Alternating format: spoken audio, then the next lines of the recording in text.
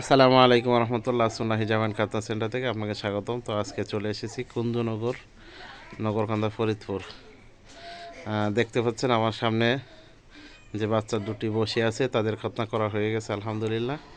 আপন দুই ভাই, এই যে ভাই তার ছেলে। ভাই, খতনা করা দেখছেন না আপনি? আপনার ছেলে তো কেমন লাগছে আপনার? জি, সুন্দর সুন্দর হয়েছে। এরকম খতনা কখনো দেখছেন? না, এরকম কাজ দেখিনি। হ্যাঁ, আচ্ছা খুব আচ্ছা সুন্দর হয়েছে। আচ্ছা, আমি ওদের কাছে শুনবো। এই, তোমার নাম রমজান না? মুখ দিয়ে বলতে হবে। ব্যথা পাইছিল খতনা করার সময়? এখন তোমার মুসলমানি হয়েছে না? জোরে সত্যি? জোরে সাউন্ড দাও। হ্যাঁ। আর তোমার নাম কি জানো? রবিউল। রবিউল। কি ব্যথা পাইছিলা? না। এখন ব্যথা লাগতেছে? না। কোনো কিছু টের পাও নাই? না। এই যে এরকম মুসলমানি যদি আরো যারা আছে বাচ্চা তোমাদের মতো মুসলমানি নেয় নাই, তারা কি এরকম মুসলমানি করাইতে পারে? হ্যাঁ, জি। কি বলো? এরকম মুসলমানি করাইলে ভালো হয় না? ব্যথা মুক্ত? কথা কি বলো? আমরা ব্যথা পাই নাই কে? খুব সুন্দর হয়েছে। বলো। কথা বলে না। কথা কও।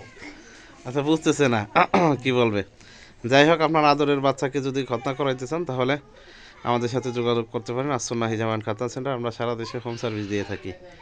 আর এখানে আমরা এসেছি এই যে ভাইয়ের মাধ্যমে। আসলে এই যে ভাই তার ছেলেকে খতনা করানোর পর বাড়ি বাড়ি শাকপাল দিয়ে খতনা করানোর পর তার কাছে ভালো লাগছে বিদায় আজকে আমাদেরকে ডেকেছেন এখানে।